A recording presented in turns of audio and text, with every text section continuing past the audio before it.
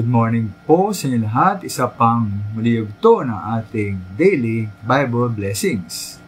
Pamagat po ng ating aralin ngayong umaga ay ang pag-asang pumapawi. Ang pag-asang pumapawi.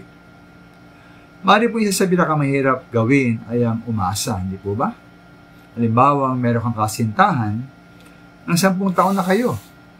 Kasi pumunta ng ibang bansa bilang OFW.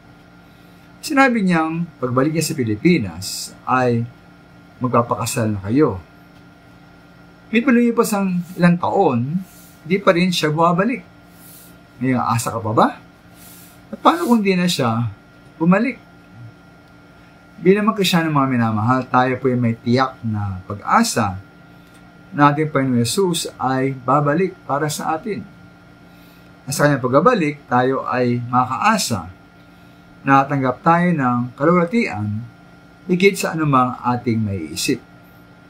E nga sa Roma 8:17-18, sabi po roon, Roma 8:17-18, at yamang mga anak, tayo mga tagapagmana ng Diyos at kasamang tagapagmana ni Kristo. Sabat kung tayo kasama niya sa pagtitiis, tayo ay makasama niya sa kanyang kaluwalhatian.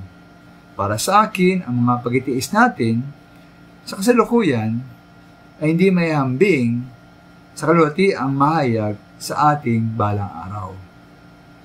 Kaya patimigita po ilang katotohanan sa mga bersikulong ito, na una-una, meron tayong pribileyo bilang mga anak at tagapagmana ng Diyos at kasamang tagapagmana ng ating Panginoon Yesus.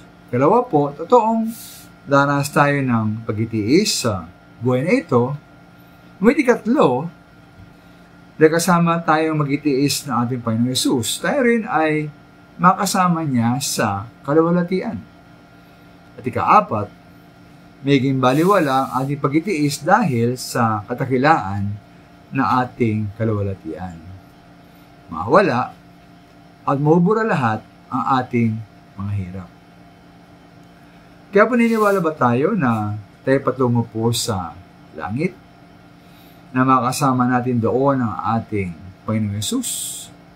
Niwala ba tayo na natanggap tayo ng kaluwalhatian? Kung oo, nawawag tayo mag-alinlangan o matakot na dumanas ng kapigatian at pagtitiis sa kasalukuyan. Baliwala po ang mga ito kaya hambing sa ating kaluwalhatiang tatanggapin. Kaya tayo magtiwala at umasa sa ating Panginoon Yesus. Maraming salamat po.